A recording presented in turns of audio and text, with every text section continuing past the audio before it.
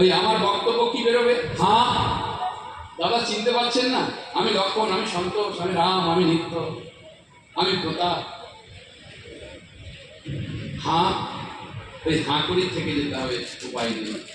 তাই বলছে তুমি যদি ছানা মাখন সকাল সকাল সকালে সকাল সকালে হলে হবে গন্ডগোল, তখন কবিতে হারাবি তোমার হরি বলায় আর হবে না। এখনো সময় আছে, যাও গিয়া গুরুর কাছে, সাধিতে ভজিতে যদি পারো, সময় চলিয়া যায় নদীর স্রোতের প্রায়, না বোঝে তার জনমের শতধিক।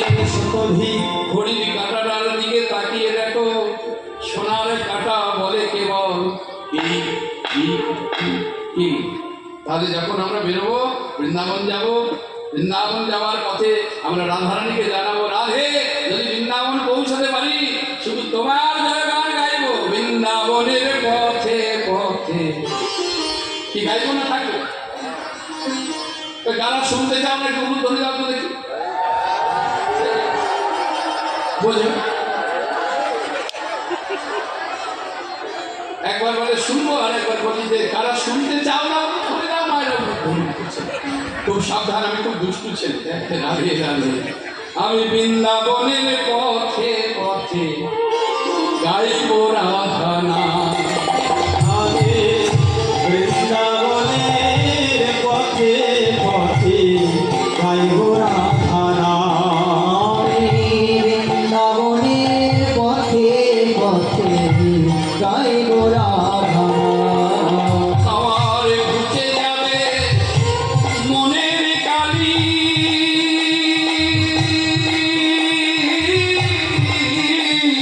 আমার ঘুচে যাবে মনের কালি। আমার ঘুচে যাবে মনের কালি।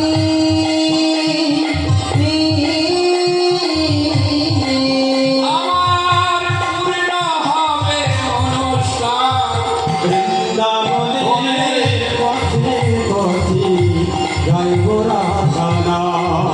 আমরা বৃন্দাবনের পথে পথে গাইব রাধা নাম।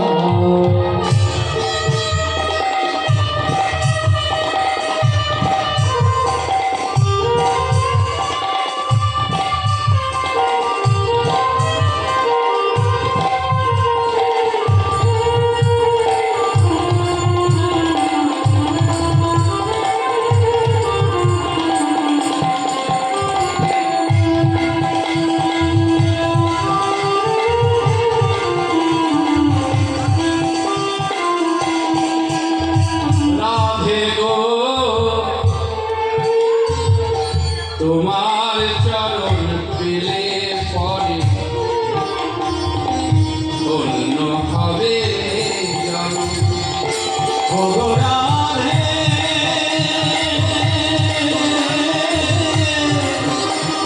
রাধে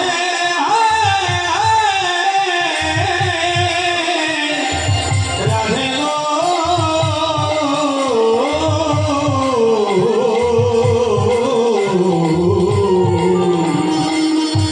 ও প্রেমময়ী, ও প্রেমময়ী রাধে, তোমার চরণ পেলে আমার ধন্য হবে জন। আহা সার্থক হবে হবে আশা,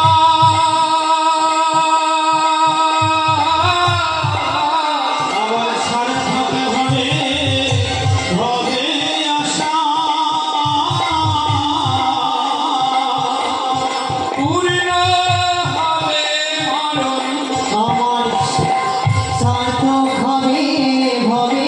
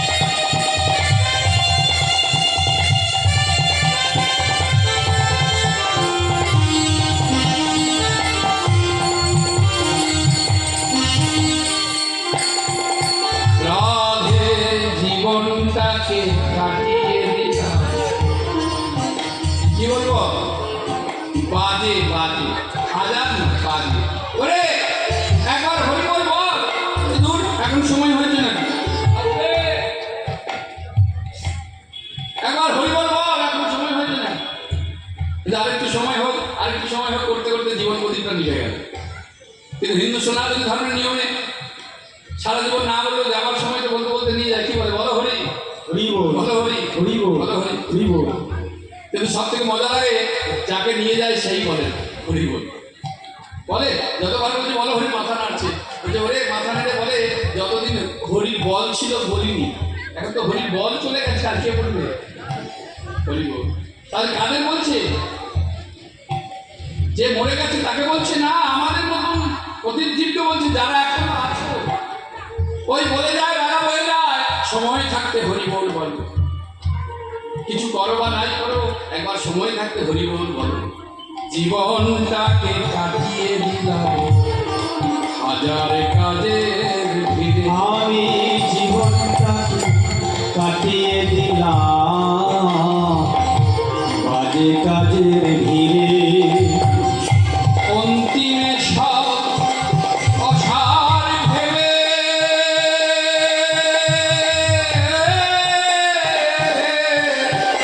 ওই অন্তিমে সব অসার ভেবে এলাম তোমার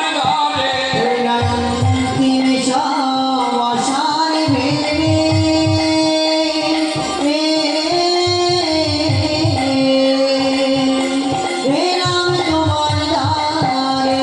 আবার ভিক্ষার পাত্র হাতে করে, ভিক্ষা পাত্র হাতে লয়ে ভিখারি সাজিলাম। বৃন্দাবনের তাই পথে হরি বল, হরি বল। খাইব রাধানা।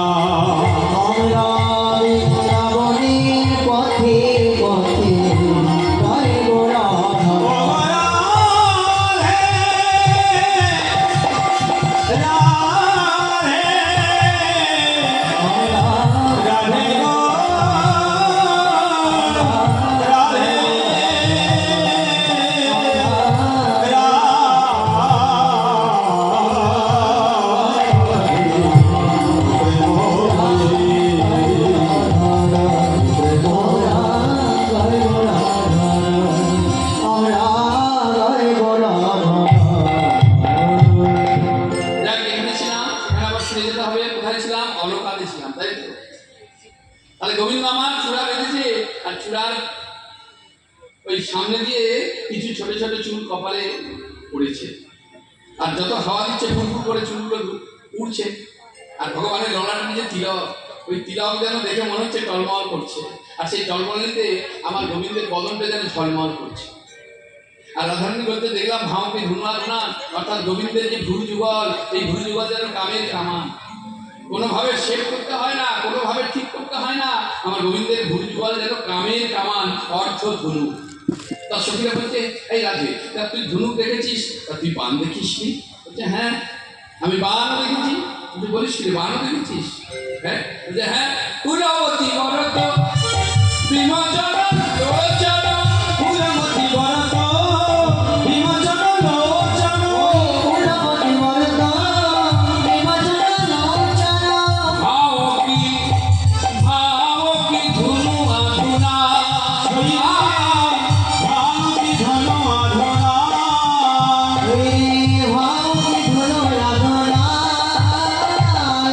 ভেঙে দিল, ভেঙে দিল ভেঙে দিল।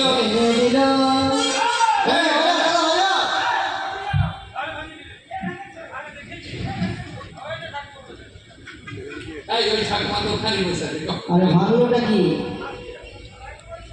আরে দাদা বলছে না, শ্রীমতী রাধারানী বলছে ভেঙে দিল। ভালো করে শুনে নাও, কি ভাঙলো, কি ভাঙলো শুনে নাও। যারা এই জগৎ সংসারে শুধু কৃষ্ণের পূজা করে, কিন্তু দেবাদিদেব মহাদেবের পূজা করে না, আবার যারা দেবাদিদেব মহাদেবের ব্রত করে, পূজা করে, কিন্তু কৃষ্ণের পূজা করে না, বলছে তারা যে ভুলটা করছে, তাই জন্য তাদের ব্রতকে ভেঙে দিচ্ছেন আমার গোবিন্দের ওই কটাক্ষবান, মানে নয়নের চাউনিতে। বলছে শোনো, তোমাদের ভোজলে দুই ভজতে হবে।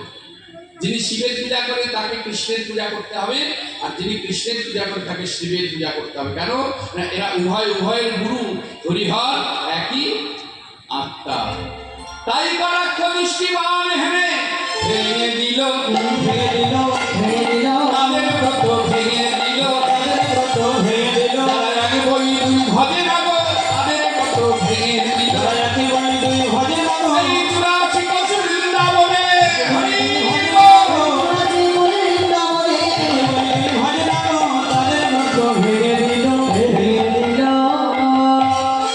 যারা 84 বছর বৃন্দাবনে দুইজন ভজনা করে না ব্রতে ভেঙে দিল বান্ধবী বন্ধু ধরে মধু মা কই মধুরা মধুরা মেধু হাস মদনে মন মন্থর কহতই গোবিন্দ দাস। এই যে এত সুন্দর পদ আপনার রচনা, এত সুন্দর পদটা যে আপনারা শুনলেন, এই পদটি রচনা করেছেন যিনি হলেন আমার গোবিন্দ দাস পদকর্তা। তাই তাকে তো আমরা দক্ষিণা দিতে পারবো না, তাকে একটা প্রণাম অন্তত জানাই।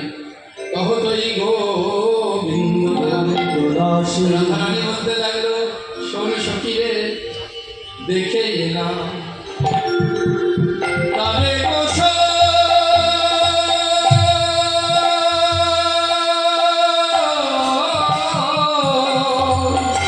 ও সৈন্য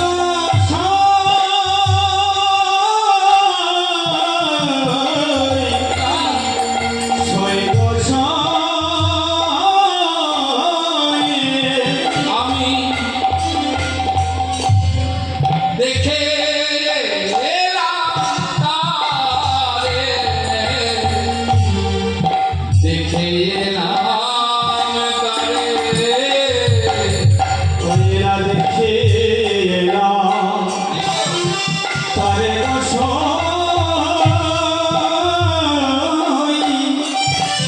আমি দেখে এলাম তারে দেখে এলাম তারে তার কি অঙ্গে এত রূপ, ও তারে কি অঙ্গে এতই রূপ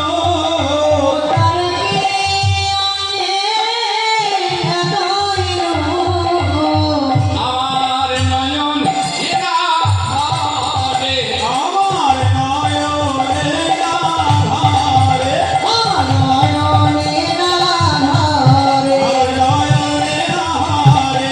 নয়নে আধারে নয়নের আধারে আমার দুই নয়নে ধরিল না রে। আমার দুই নয়নে ধরল না রে এমন দ্বার রূপের জ্যোতি আমার দুই নয়নে ধরল না রে ওরে এমন তার নদীর জ্যোতি দুই নয়নে ধরল না রে বেঁধেছে তৃণদ চূড়া চূড়া চূড়া।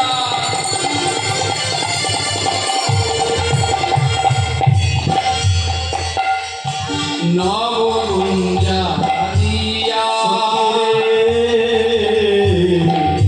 বেঁধেছে বিনাদ চূড়া সখে নবগুঞ্জা দেয়া বেছে বিরাট চূড়া চূড়া নবগুঞ্জা দিয়া রে উপরে ময়ূরে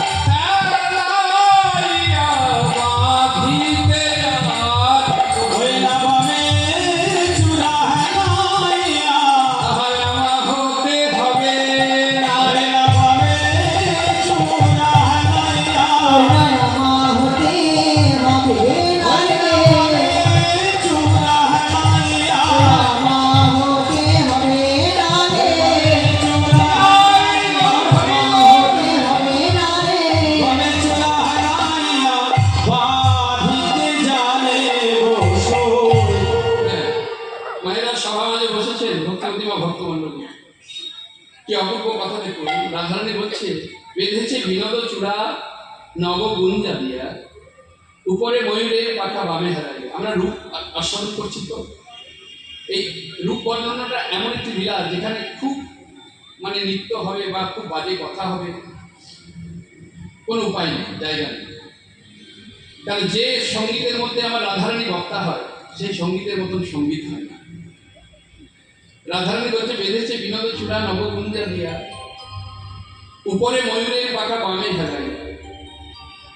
এবার এইখানটাকে ধরে আপনারা একটু এগোন। কি বলছে? বামে হেলাইয়া। আচ্ছা, সত্যি কি গোবিন্দ বাম দিকে চূড়া হেলিয়ে বাঁধতেন? বলছে না, চূড়াটা আমার গোবিন্দ সোজা করেই বাঁধতেন, কিন্তু চূড়াটা বাম দিকে হেলে যেত বারে বারে। কেন না? গোবিন্দের বাম দিকে কে আছেন? প্রেমময়ী রাজনন্দিনী রাধা।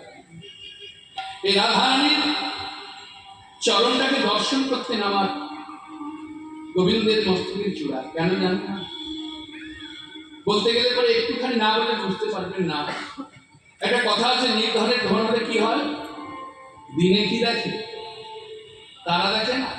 হঠাৎ করে কেউ যদি বড়লোক হয়ে যায়, দেখবেন ধরাকে সরা দেখে, কাউকে আর মান দিতে পারে না। ঠিক চূড়ারও সেই রকম একটা ঘটনা ঘটেছিল। চূড়া আমার ভগবানের মস্তকে থাকে বলে বড় অহংকার হয়েছে, তাই আগেই করজনে নিবেদন করব, যার যা আছে আমার ঈশ্বরের দান, সেটাকে নিয়ে বেশি বড়ায়, বেশি উচ্ছ্বাস, বেশি অহংকার করা কখনোই উচিত না। কেন? দিয়ে ধারণা দেখে মন কেড়ে নিতে কতক্ষণ। এমন অনেক অনেক প্রমাণ আছে। যিনি রাজা রামচন্দ্র, তাকে বনবাসে যেতে হয়েছে। আপনারা জানেন হরিশ্চন্দ্রের কথা, রাজা হয়ে শ্মশানে ডোমের কাজ করতে হয়েছে। এমন শত শত অনেক প্রমাণ আছে।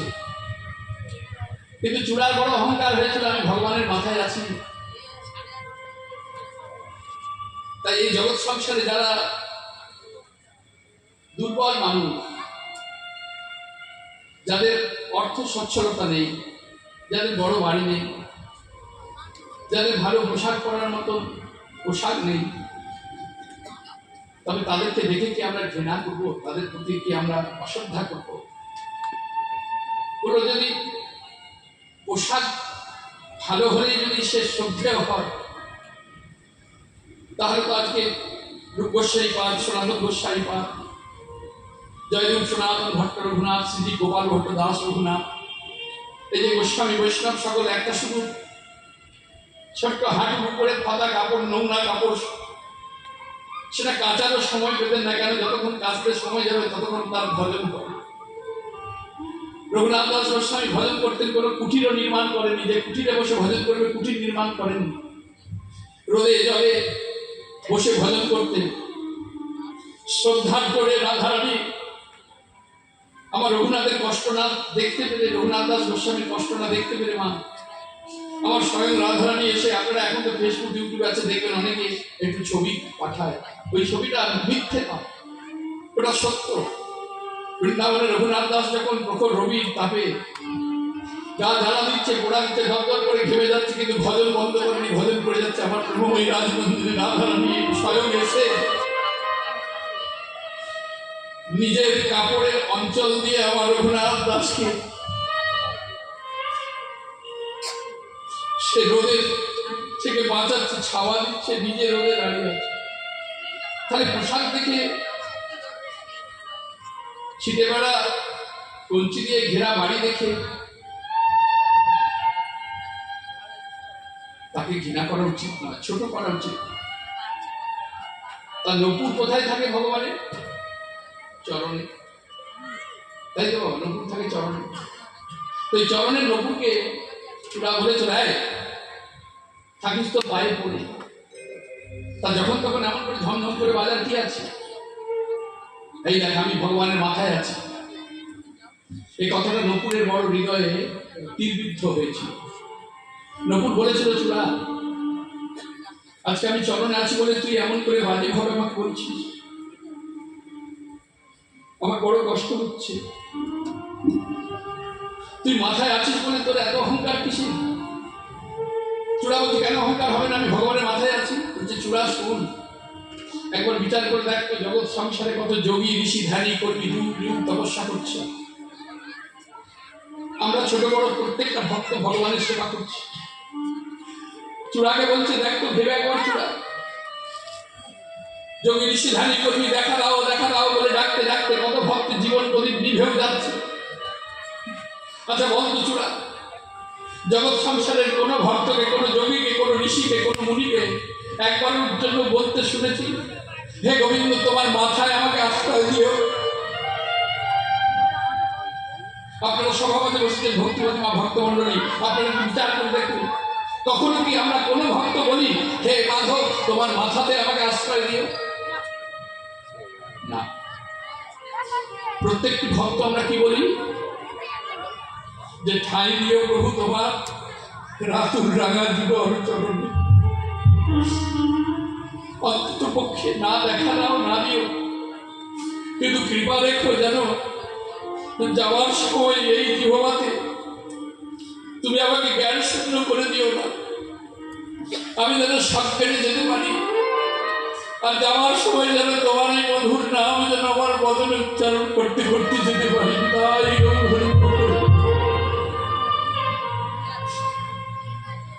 তুমি আমাকে অজ্ঞান রেখো। প্রত্যেকটা ভক্ত বলে প্রভু ঠাই দিও তোমার রাতুল রাঙা জীবন চরণে। কেউ মাথা চায় না। যখন এই কথাটা বলেছে চূড়া তখন বুঝতে পারলো, বুঝতে পেরে তার অহংকার দূরে গেল, টপ টপ করে চোখের জল পড়ছে, আমার গোবিন্দ চরণে পতিত হচ্ছে। আর গোবিন্দ চরণে যখন পতিত হচ্ছে তখন নপুর দেখতে পাচ্ছে যে চূড়া কাঁদছে। তখন নপুর বলছে চূড়া আর কাঁদিস না, এই জগৎ সংসারে যদি কেউ ভুল করে, কেউ যদি অন্যায় করে, অপরাধ করে, অপরাধ করার পর যদি তার ভুল বুঝতে পেরে অনুশোচনা হয়, আর অনুশোচনার আগুন যদি হৃদয়ে জ্বলে, আর যদি তার নয়নের পথে বাড়ি পরিসর হয়, তার চোখের জলে সব ধুয়ে যায়, পাপ তাপ দেওয়া দেওয়া সব ধুয়ে যায়। তবে চূড়া তোর অহংকার ধরে গেছে, এটাই অনেক। তবে আমি তোকে কি দেবো, আমার কাছে তো দেওয়ার কিছু নেই, তবে আমি তোকে আশীর্বাদ করি, চূড়ারে চূড়ারে চূড়ারে আমি তোরে করিয়া শেষ আমি পেয়েছি জগৎ গুরুর চরণ, জগৎ গুরুর চরণ, চূড়ারে তোরে আমি করিয়া আশিস তুই পাবি জগৎ গুরুর চরণ। তুই তাই হরি বল। গুরুর চরণ। তাহলে জগতের গুরুকে, জগতের গুরু হচ্ছেন আমার ভগবান শ্রীকৃষ্ণচন্দ্র, আর জগতের গুরুর গুরুকে রাধিকা প্রেমের গুরু আমি শিষ্য। আমি শিষ্য নই, রাধিকা প্রেমে আমায় নাচাইতে নাচালে উঠব। অর্থাৎ রাধারানী হলেন আমার গোবিন্দের প্রেমের গুরু। এই যে নপুর আশীর্বাদ করলো, এখন তাহলে চূড়া কবে পেয়েছিল চরণ? না আপনারা লীলার মধ্যে মান লীলা শুনেছেন, রাধারানী মান করে বসেছিল, গোবিন্দ আমার চরণে ধরে মান সেরেছিল। সেদিন মাথাটা নত করে দিয়ে রাধারানীর চরণে বলেছিল সরগরল খণ্ডন মম শিরসি মণ্ডন দেহি পদ পল্লব পল্লব উদারণ। ওই যে মাথা নত করেছিল, সেদিন চূড়া রাধারানীর চরণে পেয়েছিল।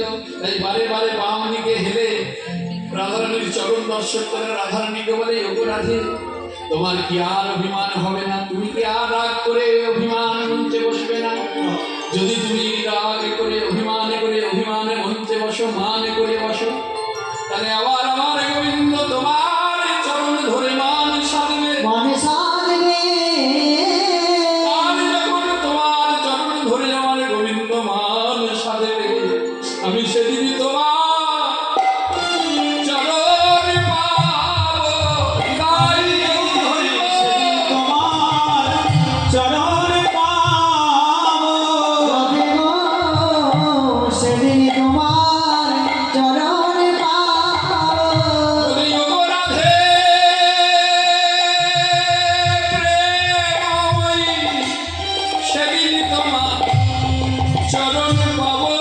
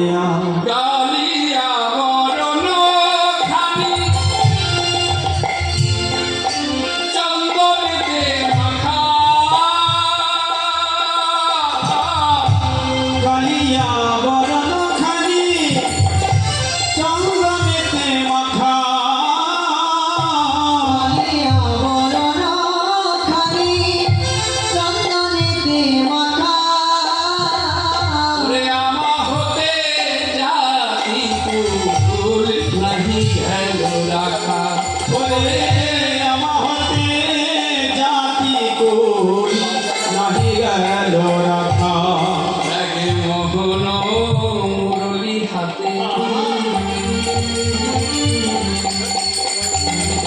কদম পহিল হইলে মোহন রলি হাতে কলম বেহিল মোহন মুরলি হাতে কদম বেহেলাম দেখিয়া শ্যামের রূপ হলাম অচেতন।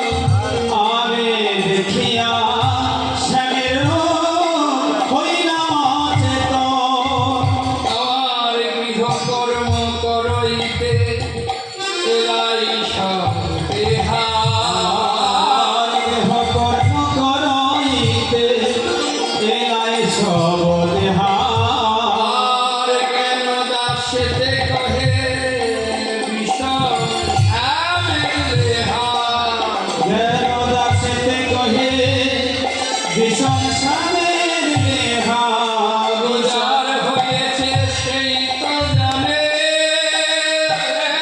যার হয়েছে সেই তো জানে যার হয়েছে সেই তো জানে বলো জানিবে কেনে আমি জানি যার হয়েছে সেই তো জানে ও জানবে কেন আমি জানি যার হয়েছে সেই তো জানে ও জানবে কেন আমি জানি যার হয়েছে সেই তো জানে তাই রাধা রানী বলছে সখী হ্যাঁ, আমি যদি না যমুনাতে যেতাম তাহলে আমার এই দশা হতো না। তাহলে আমরা ছোট করে দুটো রূপের কথা রূপের পদ শুনলাম, এবারে আক্ষেপের পদ।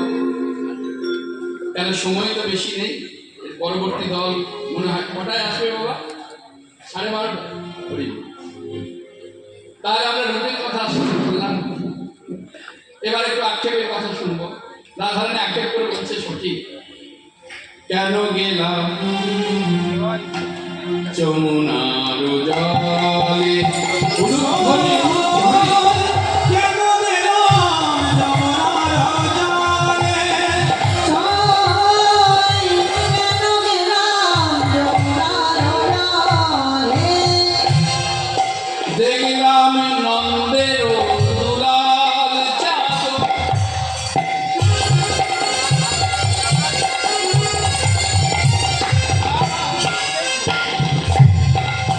পাতিয়ারু ফেরো ভালো দেখিলাম নন্দের দুলাল চাঁদ সখী রে এ এ এ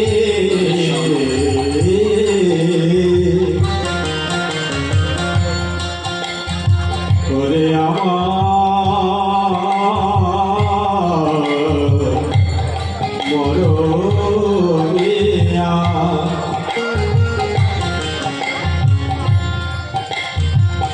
রে সা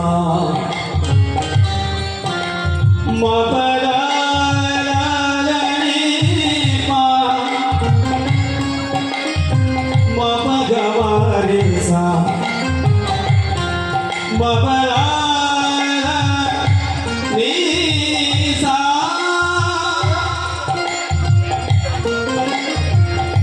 সানি মবগমারে সা কালে না দিন কালে কালে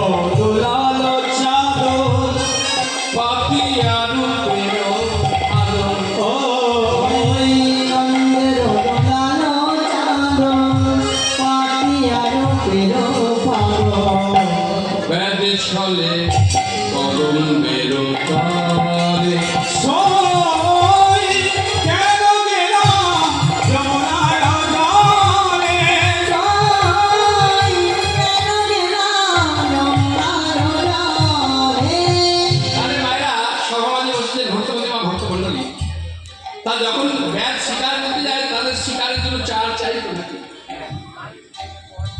একটা কাঠির মধ্যে আঠা দিয়ে, আঠা কাঠি বলে না, রেখে দেয় গাছের ডালে, পাখি এসে তাদের ডানা ওই আঠার মধ্যে জড়িয়ে দেয়, ব্যাধরাতে ধরা পড়ে।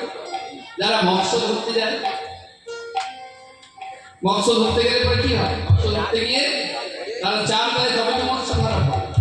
তা আমার গোবিন্দ ব্যাটছলে যে দাঁড়িয়ে আছে, আমার রাধারানী বলছে বলিব দেখার নয়ন দিন দেখতে হবে, নাহলে হবে না। সবার মাঝে বসে একটু বুঝবো। আমরা এই না বোঝার জন্য আমাদের নিজেদের পায়ে আমরা নিজেরা কুকুরটা মারি।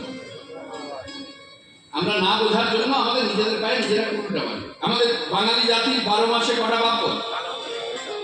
12 মাসে একেবারে 13 পাপ পড়ে, মানে পাপ বলি পাপ বলিব।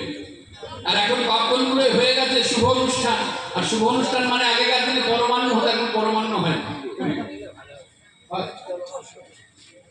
এখন পরমান্ন না, এখন কি হয়? এখন বড় বড় যে কোনো একটা হরি কেক চলে এলো বাড়িতে, হরি হরি। এটা পাশ্চাত্য দেশের নিয়ম, এটা ভারতের কালচার তো নয়। ভারতের মাটিতে জন্ম নিয়েছি, যে ভারতের মাটিতে 42 জন মহাপুরুষ এসেছেন, ভগবান ঘরে ঘরে লীলা করতে এসেছেন। ভারতের অর্থ কম হতে পারে, বিদেশের অর্থ বেশি হতে পারে, কিন্তু বিদেশে আছে অর্থ, আমেরিকা, চীন, জাপান, লন্ডন, ফ্রান্স। কিন্তু আমার ভারতে কি আছে? বিদেশে আছে অর্থ, আমার ভারতে আছে পরমার্থ। আমাদের ভারতে আছে পরমার্থ, যার কারণে বিদেশিরা এসে আমাদের ভারতের মাটিতে গড়াগড়ি কি, তাই না? কিন্তু আমরা ভারতে জন্ম নিয়ে এসব কালচার আমাদের মধ্যে নেই। আমরা আবার ওই বাইরের মানে পাশ্চাত্য দেশের নিয়মকে টেনে নিয়ে আসি। তা যাই হোক, এই যে পূজা, এই যে পূজা হয় আমাদের দুর্গা পূজা, কালী পূজা, শিব, লক্ষ্মী, সরস্বতী, গণেশ, কার্তিক, যা হোক, এখন তো কোনো পূজাটাই আর ধুমধাম করে হয় না বলে চলে না। এখন কিন্তু ধুমধাম করে হয় না বলে চলে না, একবার বিশাল ধুমধাম। কিন্তু সবচেয়ে ভুলটা কোথায় হয় জানেন? আমাদের এই হিন্দু সনাতনী বাঙালি বিশেষ করে কালচারটা কেমন দেখুন, পূজাটা শুরু হয় মোটামুটি ঠিক সময়, পূজাটা শুরু হয় ঠিক সময়, কিন্তু বিদায়টা ঠিক সময় হয় না। ওরে সুতো কেটে রেখে দে, সুতো কেটে রেখে দে। তারপর নানা মানে একটা ডান হাত একটা বাঁ হাত আর একটা অজুহাত আছে, আজকে এই বার বিসর্জন করতে নেই, হ্যাঁ আজকে অমুক তিথি বিসর্জন করতে নেই, এইসব করে ঠিক আছে, তা সেটা পর্যন্ত মানা যায়, তারপরের গুলো আর মানা যায় না। সেটা কি না, যদি 20,000, 25,000 কি 50,000 টাকা পূজাতে খরচ হয়, আমাদের কেমন আচরণ দেখুন। এবার বিসর্জনের আগেতে 50,000 টাকা পূজায় খরচা হয়েছে, আরো 1 লাখ টাকা এক্সট্রা খরচ হবে। বড় বড় 4-12, 12-12, 30-30 বক্স আসবে, বক্সের সঙ্গে আরো কিছু বক্স আসবে, সেটা আর বলছি না। হ্যাঁ, এবার সেই বক্স যে থাকবে, যদি একটু ভালো গান বাজতো তবু শুনে একটু মনের শান্তি হতো যে না ভালো ভালো বেশ পুরাতন দিনের, হ্যাঁ সোনার যুগের, স্বর্ণ যুগের গান বাজাচ্ছে, বেশ ভালো। সেসব নেই। যতক্ষণ আপনি বক্সের সামনে থাকবেন, জীবন নিয়ে পালাতে পারলে বাঁচবেন, কেননা সেখান থেকে শুধু একটাই আওয়াজ বের হ্যাঁ হরি হরি। এটা কোন ধরনের কালচার আমি বুঝি না। যারা এইসব সেবা করছে, যারা সেবা করছে, আমি সেবা করতে নিষেধ করবো না, মদ খাও, কিন্তু দীনকৃষ্ণ ব্রহ্মচারী সমাজে বলে যাচ্ছে যে মদ খেলে পরে 2-3 ঘন্টায় নেশা কেটে যায়, যে মদ খেলে 2-3 ঘন্টায় সারা রাত্রে নেশা কেটে যায়, ওই মদ খেয়ে লাভ কি? এমন মদ সেবা করো, এমন মদ খাওয়া অভ্যাস করো, এমন মদ খাও যে মদের নেশা একবার চলে গেলে জীবনে অর্থাৎ দেহে যতদিন প্রাণ থাকবে ওই নেশার কোনোদিনও কাটবে না। রাধে রাধে। আপনারা বলবেন সমাজে, আপনারা সমাজে বলবেন বাবা এমন মদ আবার আছে নাকি? আছে। কে বলছেন? বলো এটা পার্থিব জগতের মদ, যা খেলে 2-3 ঘন্টা নেশা কেটে যায়। আর আমি যে মদের কথা বলছি ওটা শ্রীমদ, শ্রীমদ, শ্রীমদ ভাগবত। এই যে আপনারা আস্বাদন করছেন, এই মদটাকে তৈরি করেছে জানেন? এটা প্রাকৃত জগতের মদ নয়, অপ্রাকৃত বেদ হাঁড়ি তাহে ব্যাসদেব সুরি প্রেম মদ কইল জগতে দান, ভাগবত রূপী নল দান, মদের বিন্দু পড়ে ছুয়াইয়া, এই জগতে যত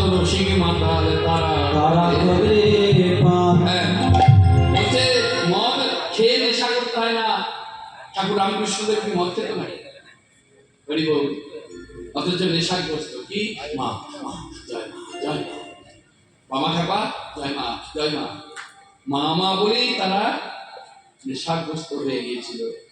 তাই একটা গান কানে বাজে, গাই, তারপর আবার সেই জায়গায় যাবো। হ্যাঁ, কি কারণে বল মা কারণ, ওই যে কারণ পূজা হলেই মানে জন্মদিন, মৃত্যুদিন, বিবাহ বার্ষিক, তারপরে যে কি বলে সব আরো সব আছে অনেক কিছু। তারপরে কতগুলো ডে গেল যে আমার সব মনে থাকে না, অনেক ডে আছে, মানে ডে আসছে মানে সবেতেই ওটা চায়। তা যাই হোক, কিন্তু মহাজনরা তা বলছে না। কি বলছে? কি কারণে বলে মা কারণ। কি গানটা গাইব না, থাকবে তাই তো? লাগে তোর পূজায় যে কারণে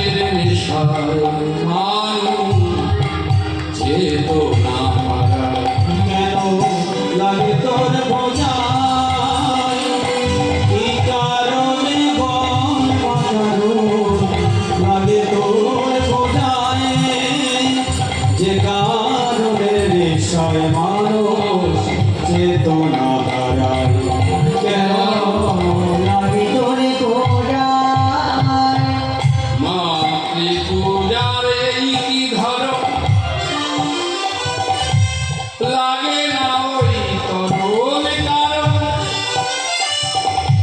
মাতৃপূজার এই কি ধরো কারণ কেন উপকরণ, যে কারণে হয় গো মরণ সারা দুনিয়া। সারা দুনিয়ায় মাতৃভূতায় এই কি ধরো, কারণ কেন উপকরণ, যে কারণে হয় গো মরণ সারা দুনিয়ায়। মা গো সারা দুনিয়ায় বলে দে মা কারণ কেন লাগে তোর পূজা। যে কারণে নেশায় মানুষ চেতনা হারায়। কেন লাগে তোর পূজায়, কি কারণে বল মাতারুর লাগে তোর বোঝায়।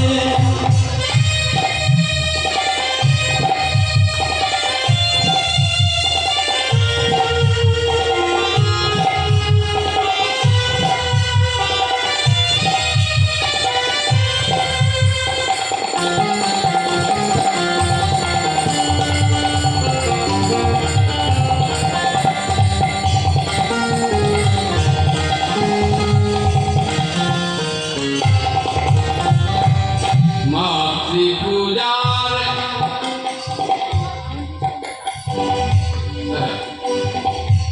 বলছে যে ওই কারণ নিয়ে মাতামাতি করে লাভ নেই। ওই যে রামকৃষ্ণ পরমহংসদেব যখন স্বামী বিবেকানন্দ গিয়েছিল ঠাকুর রামকৃষ্ণের কাছে, এই যে দীক্ষা কেন নিতে হয়, ঠাকুর রামকৃষ্ণ পরমহংসদেবের কাছে স্বামী বিবেকানন্দ গিয়েছিলেন, দাঁড়িয়েছে, লড়েন বাবা লিভারটাকে কমিয়ে দাও নেই। ঠাকুর রামকৃষ্ণ পরমহংসদেবের কাছে গিয়ে দাঁড়িয়েছে, বলছে কে রে লড়েন এলি? হ্যাঁ ঠাকুর। তা কিছু বলবি? আস্তে, চুপ করো বাবা, চুপ করো। না ঠাকুর আমি একটু মাকে ডাকবো। তা ঠাকুর রামকৃষ্ণ পরমহংসদেব বলছেন, ও আমার লড়েন মাকে ডাকবে, কিন্তু লড়েন মাকে ডাকবো বললেই তো হবে না রে, মাকে ডাকতে গেলে পরে আগে ওই মধ্যস্থ গুরুচরণ আশ্রয় করতে হবে। আর যেই বলেছে বলে দূর একটু মাকে ডাকবো, তাই মাঝখানে গুরু নিয়ে কি করবো? তা ঠাকুর তো আর তর্ক করতেন না, ঠাকুরকে সবাই মূর্খ বলতেন, কিন্তু ঠাকুর তো মূর্খ নন, ঠাকুর ছিলেন সাক্ষাৎ বেদান্ত। যা কথা বলতো অমৃত পরিসর হতো, তাই না? যার কারণে এত মোটা একটা গ্রন্থ পাওয়া যায়, যে গ্রন্থটার নাম হচ্ছে রামকৃষ্ণ কথামৃত। ওখানে এখন অমৃত দেয়া আছে, আপনারা যদি পারেন বাড়িতে একটা করে রাখবেন, আস্বাদন করবেন, দেখবেন কারো কাছে গিয়ে সমস্যার কথা বলতে হবে না, সব সমস্যার সমাধান সংসার জগতের জন্য রেখে গেছে। তা ঠাকুর বলছে এক কাজ করেন লড়েন, ওই মায়ের যে ভোগ রান্নার চোখা থেকে একটু আগুন নিয়ে আসতো। কে জানে আগুন কি করবে, কে জানে। যাই তাকে জ্বলন্ত কাঠ ধরে নিয়ে এসেছে, এই নিয়ে লড়েন, আগুন নেই। আহা ঠাকুর এই নাম আগুন নাম, তাকিয়ে আছে। কি হলো, আগুন চাইলে আগুন নাও, আগুন ধরে না। আরে আগুন চাইলে নাও, আগুন নাও। ও রে, রেগে যাচ্ছিস কেন? আমি তো তোকে আগুন আনতে বলেছি, আমি তো তোকে কাঠ আনতে বলিনি। ঠাকুর বলছে আমি তো তোকে আগুন আনতে বলেছি, আমি তো তোকে কাঠ আনতে বলিনি। তা তুই কাঠ কেন নিয়ে এসেছিস? আরো রেগে গেছে, বলছে তোমাকে লোকে এমনি পাগল বলে না, তুমি সত্যি পাগল ঠাকুর। আরে আগুনটাকে হাতে করে ধরে আনবো, হাত ধরে যাবে না, হাত ধরে যাবে না। তখন বলছে নরেন, রেগে গেলে হবে না, তুই যে প্রশ্ন করেছিলি উত্তর পেলি কিনা দেখো। তখন চমকে উঠছি, বলছে শোন নরেন, আগুনকে যেমন হাতে ধরে আনা যায় না, হাত পুড়ে যাবে, হাত জ্বলে যাবে, তার জন্য একটা মধ্যস্থ পাত্রের প্রয়োজন হয়, ঠিক তেমন মাতৃচরণে পৌঁছাতে গেলে, আমার ভগবত চরণে পৌঁছাতে গেলে ওই পরম দয়াল মধ্যস্থ শ্রী গুরুদেবের প্রয়োজন হয়। তাই গুরু ছাড়া হবে না। তাই তোমাকে মদ সেবা করে পার্থিব জগতের মদ খেয়ে নেশা করতে হবে না। এই দেখো ঠাকুর রামকৃষ্ণ পরমহংসদেব কেমন নেশা করেছিল। মা মা জয় মা, জয় মা। খাবার নিয়ে এসে মায়ের কাছে ধরেছে, মা খা, খা মা খা। ও খাবি নে? ও ছেলে না খেলে কি মা খেতে পারে? তা নিজে খেয়ে দিচ্ছে, নে মা খা। যখন খাচ্ছে না তখন ওই মায়ের হাতে খড়গ নিয়ে গেল, তবে রে বেটি খাবি নে? তোকে না খাওয়াতে পারলে আমার জীবনে খেলাম কি? তখন মিন্ময়ী মা চিন্ময় হয়ে গেল, হাতটা ধরেছিল।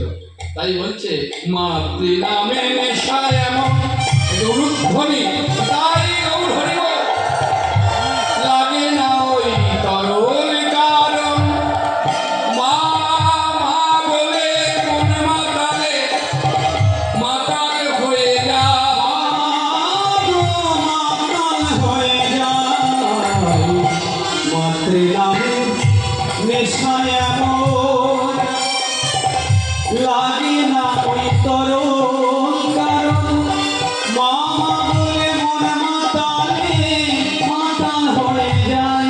মা গো মাতাল হয়ে যায়। বলে দে মা অকারণে কারণ কেন লাগে তোর পূজা। কারণে নেশায় মানুষ চেতনা হারায়। কেন লাগে তোরে গোড়ায়, কি কারণে বল মা কারণ, লাগে তোরে গোড়ায়।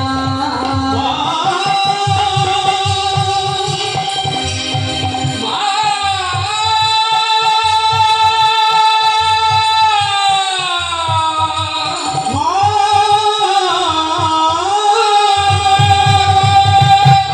জয়ন্তী মঙ্গলাকালী ভদ্রকালী কপালী দুর্গা শিব সমালক্ষ্মী যথা নমস্তুতে সর্বমঙ্গলমঙ্গলে শিবে সর্বদোষাধিকে শরণ্যে ত্র্যম্বকে গৌরী নারায়ণী নমস্তুতে।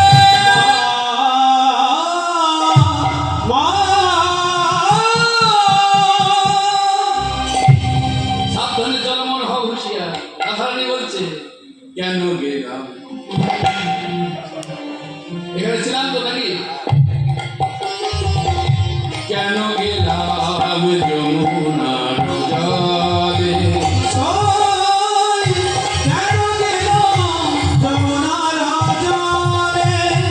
আনন্দের দুলাল চাঁদ পাতিয়া রূপের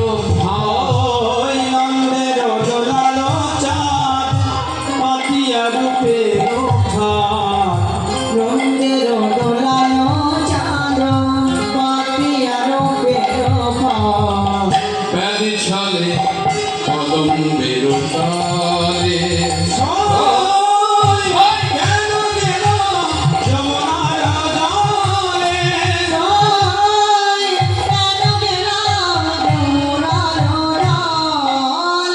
এবার দিয়া হাস্য সুধা চাল চাল, আমার রবীন্দ্রের হাসি, অঙ্গ ছটা আঠাতা, সুধাচা অঙ্গ ছটায় আঠাতা। প্রিয় হাস্য সুধা চাঁদ, অঙ্গ ছটায় আটাতা। আখি পাখি তাহাকে বলিল, কেন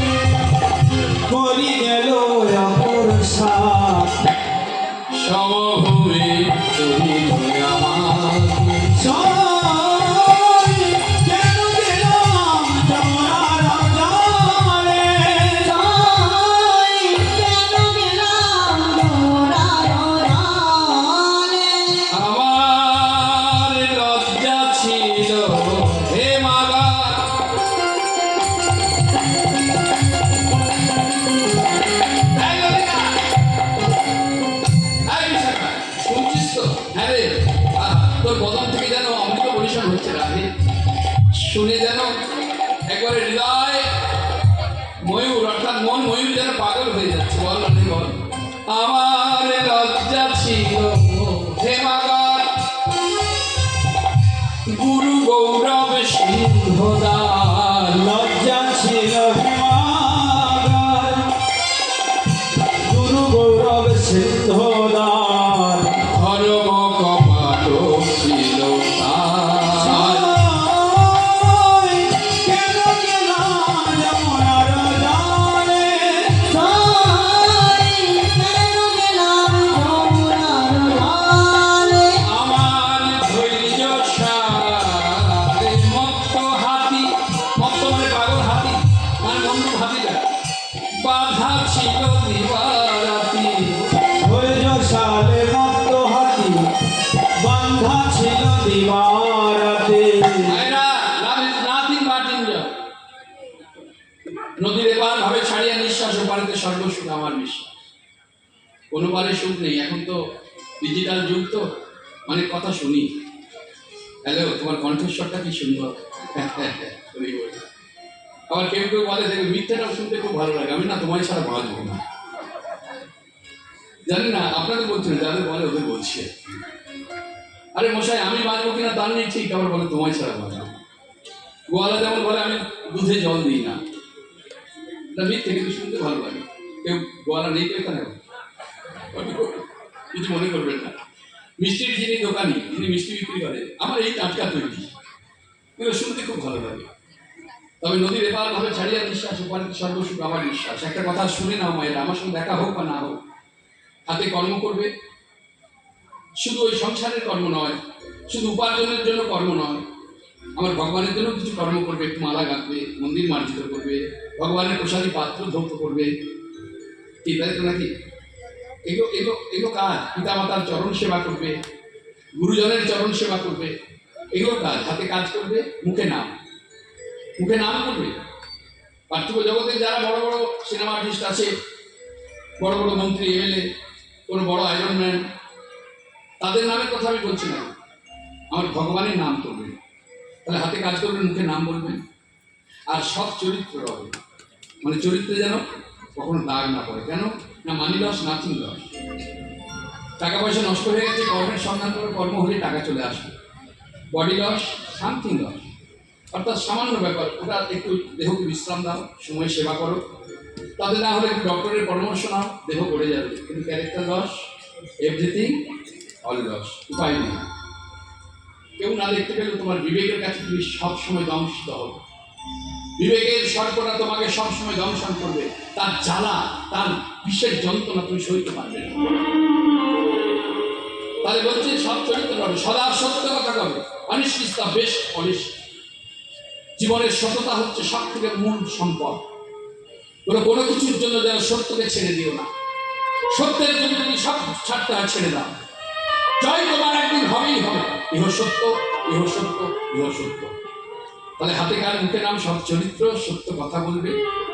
আর পরসতী পরপুরুষ, পরশ না করিবে। কি বলছে? মানে নারী জাতি পরপুরুষ পরশ করবে না, আর পুরুষ জাতি পরসতী পরশ করবে না। আপনারা বলবেন বাবা ধর্মকৃষ্ণ, এগুলো মুখেই বলা যায়, কিন্তু সম্ভব নয়। জগৎ যা ডিজিটাল যুগ যা এগিয়ে যাচ্ছে, আমি সেদিকে যাচ্ছি না। তাই এখন প্রশ্ন করুন, বাবা এগুলো যদি আমি করি, মনে করুন আমাদের জগতে কেউ হয়তো এতটাই সৎ হলো, তার জীবনে কি হবে? আমি বলছি না, শাস্ত্রকর বললেন হাতে কাজে মুখে নাম সৎ চরিত্র রবে, রবে সদা সত্য কথা কবে, কথা কবে পরপতি পরসতী পরশ না করিবে। মানব জীবনে যদি কেউ এগুলি করিতে পারে, হরিকে না ডাকিলেও হরি তোমাকে ডাকিবে। তোমাকে তাই হরি বল। হ্যাঁ, কত সোজা নয়, কায়দা আছে। হ্যাঁ, তার আর হরিকে ডাকতে হবে না, হরি তোমাকে ডাকবে। ভগবান ভক্তের কাছে আসবে, ভক্তকে ভগবানের কাছে যেতে হবে না। ওই যে রাধারানী বলছে, আমি ওই যমুনার জলান থেকে রূপ না যদি দেখতাম, আমার এটা হতো না। ধৈর্য সারে মত্ত হাতি,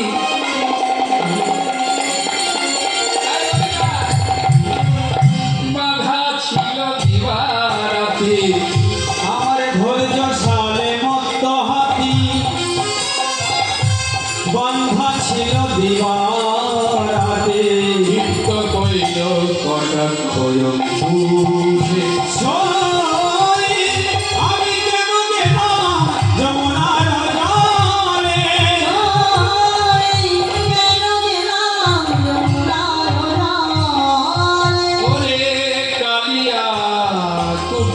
বানে ওইখানে একটু ভেঙে বলে দিন, নাহলে বুঝতে পারবেন ক্ষিপ্ত করলে কটাক্ষ মানুষে। আপনারা গ্রামে হাতি নিয়ে আসে, হাতির পিঠে যে চেপে থাকে তাকে কি বলে? এই ড্রাইভার বলে না, কি কোথাকার ছেলে বলছে ড্রাইভার বলে, কি বলে যেন? মাউ। ওই মাউতের হাতে একটা ছোট্ট লাঠি থাকে, ওটা ছোট্ট লাঠি হতে পারে, ওই লাঠির একবার ডগেতে একটা অঙ্কুশ, অঙ্কুশ মানে সূচ দেয়া থাকে। কেন হাতি যদি বেপথে যায়, ওইটা দিয়ে মাথায় আঘাত করে আর সূচটা মাথায় যেই ঢুকে যায়, তখন হাতি বুঝতে পারে বাপরে আমি যদি এদিক ওদিক যেতে চাই সব মাথা ফাটিয়ে দেবে আমার। তাই রাধারানী বলছে কালিয়া কুটিল বানে আমার কুলশীল ধ্বনি টানে। ওই কালিয়া কুটিল বানে কুলশীল ধরি টানে অতএব উঠালো ব্রজবান, অথে বল থাল ব্রজবান প্রাণমাত্র আছে বাকি, তাও বুঝি যাই সখী হৃদয় গহ্বরে। প্রাণ মাত্র আছে বাকি তাও বুঝি যায় সখী এখন প্রাণে মাত্র আছে বাকি, তাও বুঝি যায় সখী। বলয়ে জগদানন্দদান, ভনয়ে জগদানন্দ দাসে আমি কেন গেলাম উলুধ্বনি উলুধ্বনি হয়ে গেল। জলে তাই কেন গেলাম যমুনার জলে। রাধারানী বলতে লাগলেন আমি কি রূপ হেরিলাম কালিন্দীর কুলে, অতি অপরূপ তরে। আমি কিন্তু বহেরিলাম কালিন্দীর কুলে অতি অপরূপ পদমূলে এরূপ হেরিলাম কালিন্দীর কুলে, অতি অপরূপ পদমূলে আমি দেখলাম দাঁড়ায় আছে, দেখলাম চলা চপলা সহিত তাই মৃগাঙ্ক রহিত শশঙ্কের উদয়। উভয় চলা চপলা শোভিত তাই বেদান্ত রহিত শশাঙ্কের উদয় ওরে চাঁদের বাজারে বসেছে রে, ওরে চাঁদের বাজার বসেছে রে চাঁদের বাজার বসেছে রে। আমি 24.5 চাঁদ এলাম চাঁদের বাজার। বসেছে রে। আমি 24.5 চাঁদ দেখিলাম দেখলাম চাঁদে চাঁদে খেলা করে, 24.5 চাঁদ দেখিলাম চাঁদে খেলা করে। 24 চাঁদ দেখিলাম চাঁদের বাজার বসেছে রে বলছে দেখলাম অচলা চপলা সহিত তাই মৃগাঙ্ক সহিত শশঙ্কের উদয়। আমি দেখলাম মেঘের করে চাঁদ উঠেছে, এক একটা চাঁদ নয়, কটা চাঁদ বললো? 24.5। সখীরা বলছে রাধে 24.5 চাঁদ একটু বুঝিয়ে বল। তখন বলছে শোন তবে আমি দেখলাম কদম বৃক্ষের তলে 24.5 চাঁদের উদয় হয়েছে। 10 চাঁদ নাচে গায়ে মুরলীর রন্ধে। মুরলীর রন্ধে অর্থাৎ মায়েরা আমার গোবিন্দের যে করযুগল, এই করযুগলের যে 10টি আঙুল, এই 10টি আঙুলের যে 10টি নখ, 10টি নখ হচ্ছে চন্দ্রের মতো। তাই রাধারানী বলছে আমি যে দেখলাম 10 চাঁদ নাচে গায়ে মুরলী, মানে গোবিন্দ আমার বংশীধ্বনি করছে, তাই 10 চাঁদ নাচছে। 10 চাঁদ নাচে গায়ে চরণার বিশদ। চরণার বৃন্দে অর্থাৎ চরণের যে 10টি আঙুল, তাহলে সেই 10টি আঙুল হচ্ছে সেই তাতে যে নখচন্দ্র 10টি, তাহলে 10 আর 10 কত হলো? আমি আবার একটু অঙ্কে কাঁচা, আপনারা একটুখানি মিলিয়ে নেবেন। 10 আর 10 কত বললাম? 20। বাহ, ধন্যবাদ।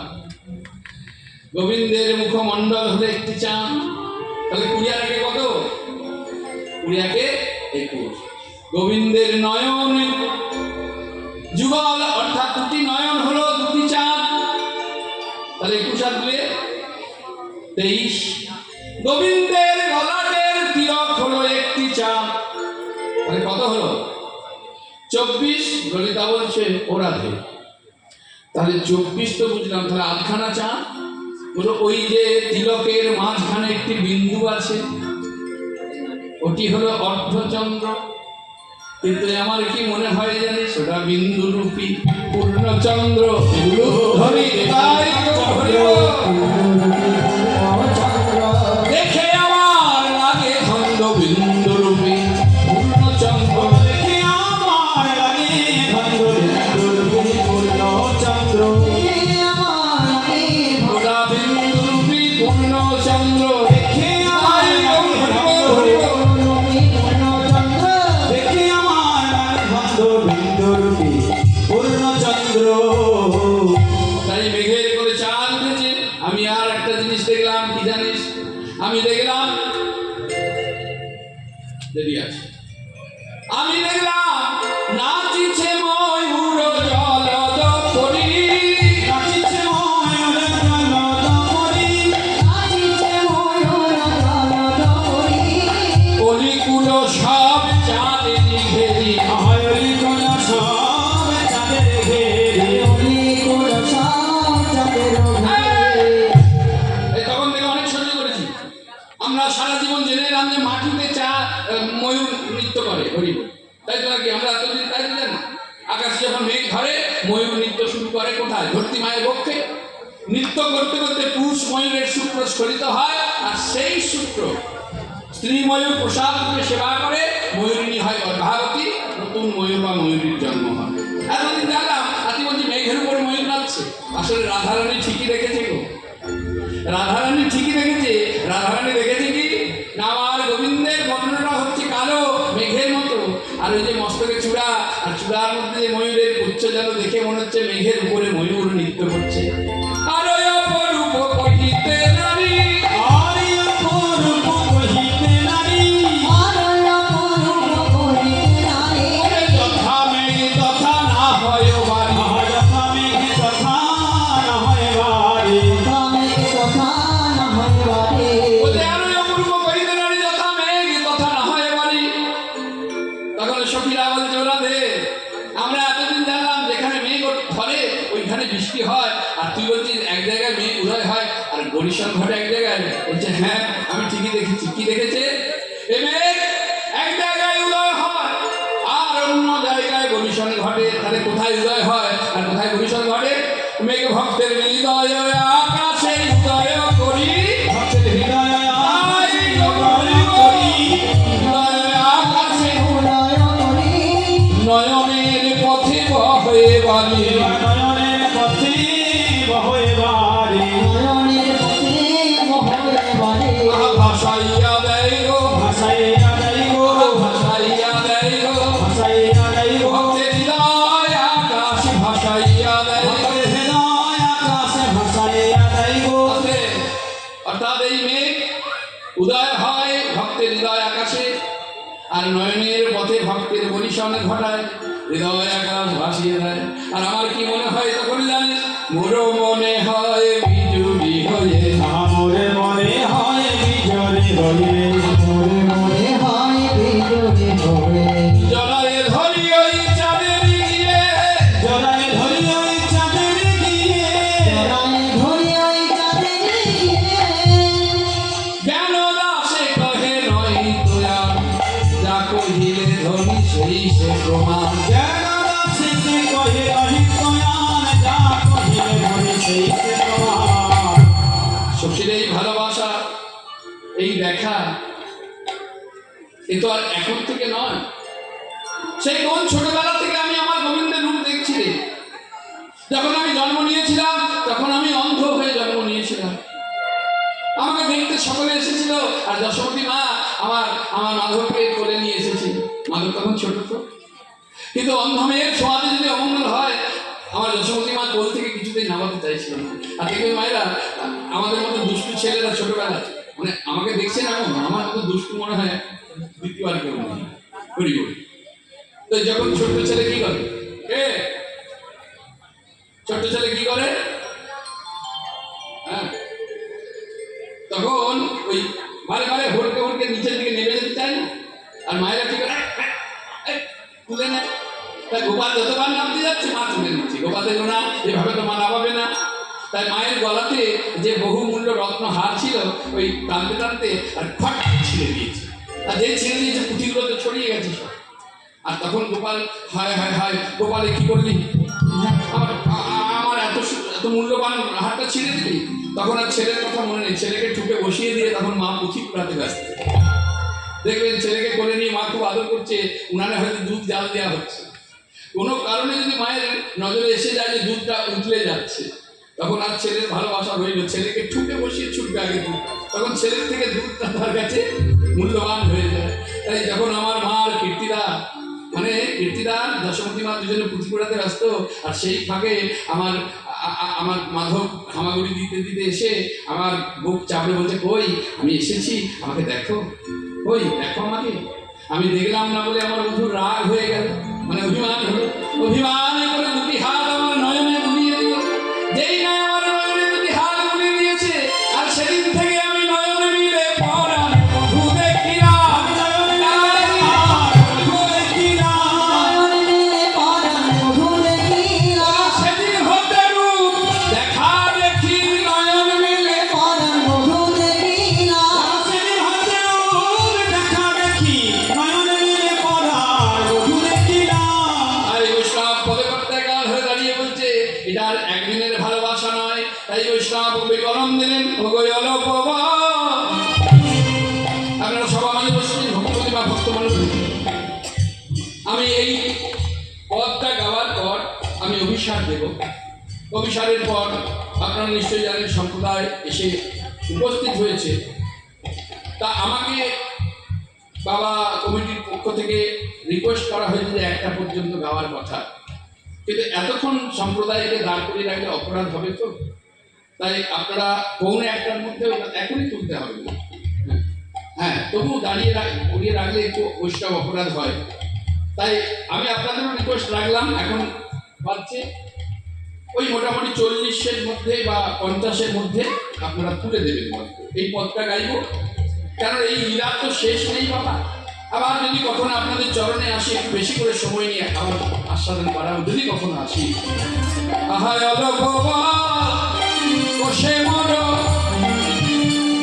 বৈষ্ণব পদাবলীর এটাই মজা, শুনলে পরে আর যেন ছাড়তে ইচ্ছা করে না। তাই এগুলো ওই তো বললাম, কোনো এগো গল্প নয়, কোনো যাত্রা থিয়েটার সিনেমার কথা নয়, এই সত্য কথা। স্বামী রসে তনু জল জল, আহায় অলপ বয়সে মরণ, শ্যামের রসে তনু জল জল। অল্প বয়সে রসে কোনো জল জল, সখিলে না জানি কি কবে করি না, সবাই না জানি কি হবে পরিণামে, জানি কি হবে পরিণামে। আমায় লোকে কলঙ্কিনী বলে, আমাকে সকলে কলঙ্কিনী বলে, কিন্তু তাতে আমার অভিমান হয় না, আমার রাগ হয় না। কেন জানিস? আমায় কলঙ্কিনী বলার আগে আমার বধূর নাম তারা আগে বলে। কি বলে? ওই যায় কৃষ্ণ কলঙ্কিনী। আমি দাঁড়ায়ে দাঁড়ায়ে শুনি, তাই আমার মনে আনন্দ হয়, আমার কোনো অভিমান হয় না। কিন্তু এই যে কলঙ্কিনী বলে, একটা শুনতে তো খারাপ। তাই আমি মনে মনে ভাবলাম, তোদের কলঙ্কিনী বলার আগে আমি বরং যা কাজ করবো, ওই রূপই দেখবো না। যে রূপ দেখে আমার এই কলঙ্ক, তো আমি ওই রূপ দেখবো না। এই বলে আমি স্থির করলাম যে আমি সব সময় আমি নয়ন মুদিত করে থাকবো। কিন্তু সখী কি হলো জানিস, আমি যদি নয়ন মুদে থাকি আমার অন্তরে গোবিন্দ সখী রে, ধরিব। আমি যদি নয়ন মুদে থাকি আমার অন্তরে গোবিন্দ দেখি। ও মা, আমি নয়ন বন্ধ করলাম, দেখছি ভিতরে দাঁড়িয়ে আছে। এ তো বড় মুশকিল হলো।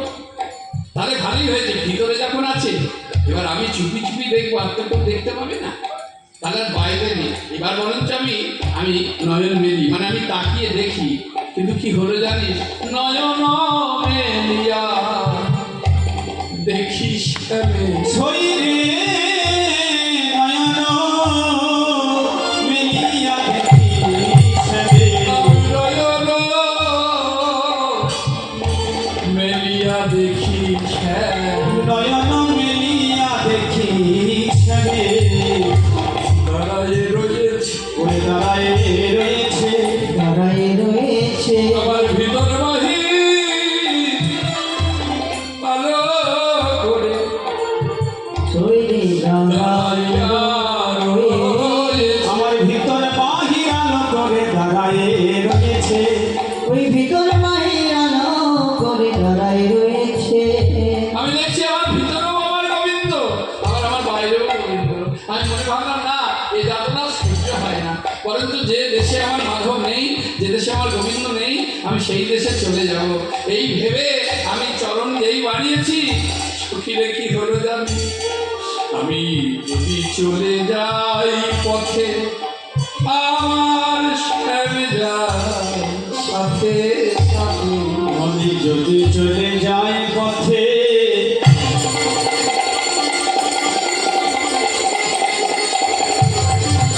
সখী রে, আমার সাথে যায় মোর সাথে সাথে। আমার চরণে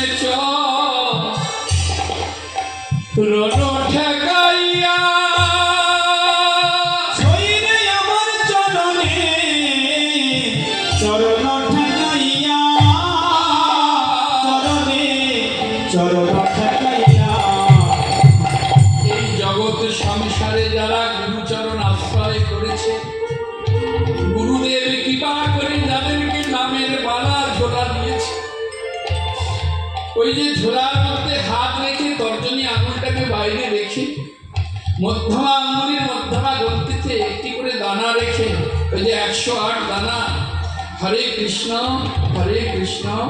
কৃষ্ণ কৃষ্ণ হরে হরে, হরে রাম রাম রাম হরে হরে, যেই একটা দানা সম্পূর্ণ হয়ে যায়, অমনি তারপরে পাশের দানাটা চলে আসে। কি আসে না?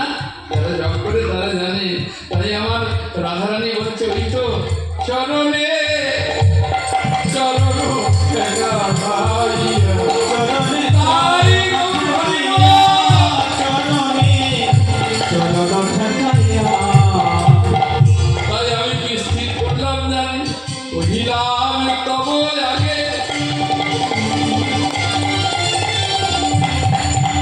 আমি দাদা পাইলাম শ্যামদাগে।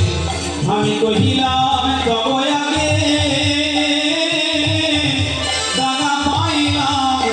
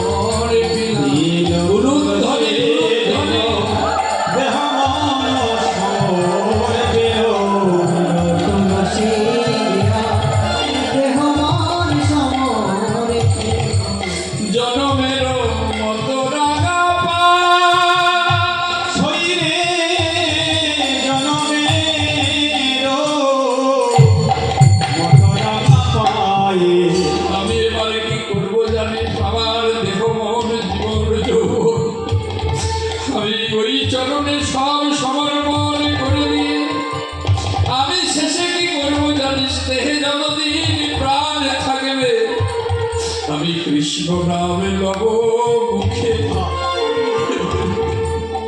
আমার জন্ম যাইবে সুখে আমি শ্রেষ্ঠ তাই গৌর হইবে।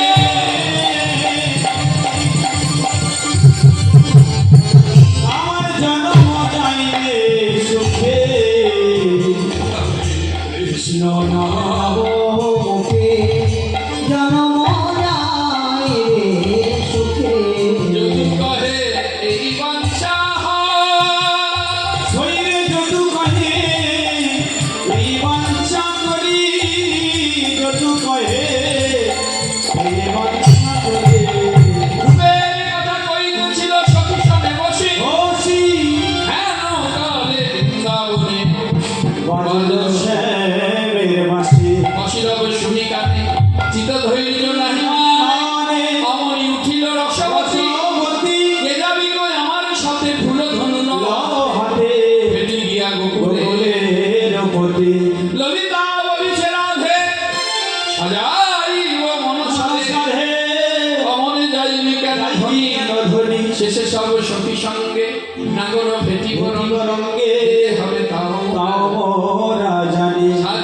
এই রাধে একটু সাজবি না এমন পাগলিনীর মতন হয়ে যাবে তাই রাধারানী সাজছে গো অভিসারে যাবে রাধারানী সাজছে এই যে সুরটা এটা হচ্ছে ওই যে রাঙামাটির সুর ওই যে রাঙামাটি দেশে যা গান আছে না এটা রাঙামাটির সুর আপনারা সিরিয়াল দেখেন না ওই যে ইষ্টি কুটুম বাহামনি তুকু থাও কেন যাবো খান এই যে ভাষা সেই রাঙামাটির সুর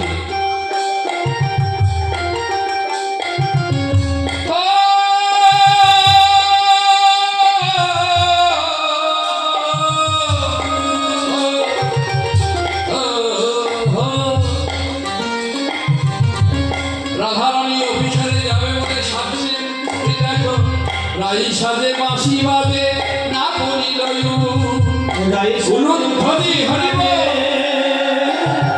না করিল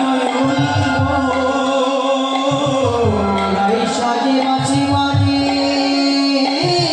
না বলি নয় বললে গো ধনী কি করিতে কি না করে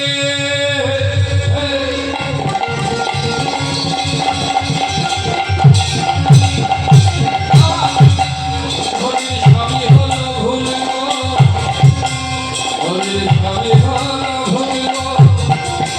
হরি কি করিতে কি না করে সবে হল ভোল ঘরে সবই হল ভোল হল ভোলে ঘরে স্বামী হল ভোল তাই রাধারানী সাজে পুকুরে আঁচুরে রাই বাঁধে গেছে ভার উপরে চলে যায় মধুকে সিভার করিয়া চলে নাই মাগে বেশি ভার করে বকুলের মালা গলে গুঞ্জাহার গলে গুঞ্জাহার সুন্দর বকুলের মালা গলে গুঞ্জাহার গলে গুঞ্জাহার মানে বকুলের মালা গলে গুঞ্জাহার ধরে গলে গুঞ্জাহার এবার আশায় বেসর শোভে মুকুতাহিবা সরস্বতী মুক্তাহিনা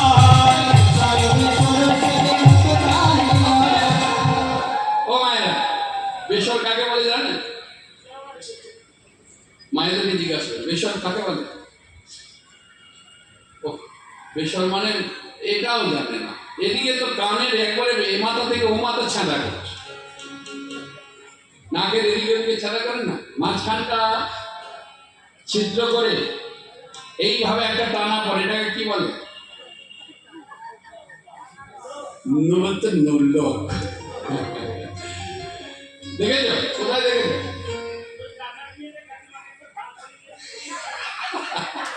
এই ধার করে দিয়েছি এই শোনো মায়েরা আমাদের দিকে কোনো ভক্তিমতী মায়েরা তখনই এটাকে করে যখন কোনো স্পেশাল গেস্ট হিসেবে বিয়ে বাড়ি বা কোথাও যায় বা কোনো পার্টি তাই তো নাকি কিন্তু আমাদের ব্রজবাসী বৃন্দাবনের তারা সদা সর্বদা ব্যবহার করে নাকের মাঝখান ছিদ্র করে এইভাবে টানা করে ওদের দিকে এটাকে বেসর বলে তাই রাধারানী বেসর করেছে নশাই বেসর সরে মুক্তা হইল মুক্তা আর নবীনা কপিলা জানি আধা মানে খুব সুন্দর কণ্ঠস্বত্ব আস্তে আস্তে কথা বলছে হরিল আস্তে আস্তে কথা বলছে তাই নাসায় বেশ্বর পরে মুকুদা হিলাল নবীনা কবিরা যিনি আভাদবন রবা কোথাম কবিনা সুমেলি করিয়া হরি হরি বল